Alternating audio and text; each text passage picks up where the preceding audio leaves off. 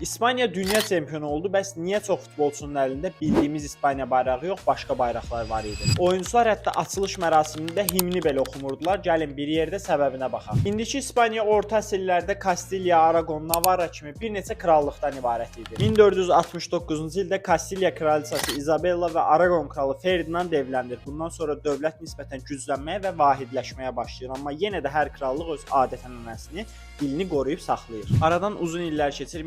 1978-də İspaniyada yeni konstitusiya yaranır və İspaniya 17 muxtar bölgədən ibarət olan bir dövlət halına gəlir. Bu bölgələr başlayırlar öz bayraqlarını və dillərini istifadə etməyə. Nəticədə hər futbolçu da bir bölgədən olduğu üçün çempionluğu öz bölgələrinin bayrağı ilə qeyd edirlər. Digər tərəfdən İspaniya hökuməti görür ki, bu qədər fərqli bölgə üçün ortaq bir himn eləmək mümkün olmayacaq. Götürürlər 18-ci əsrə aid sözsüz bir kraliyyət marşını himn halına gətirirlər.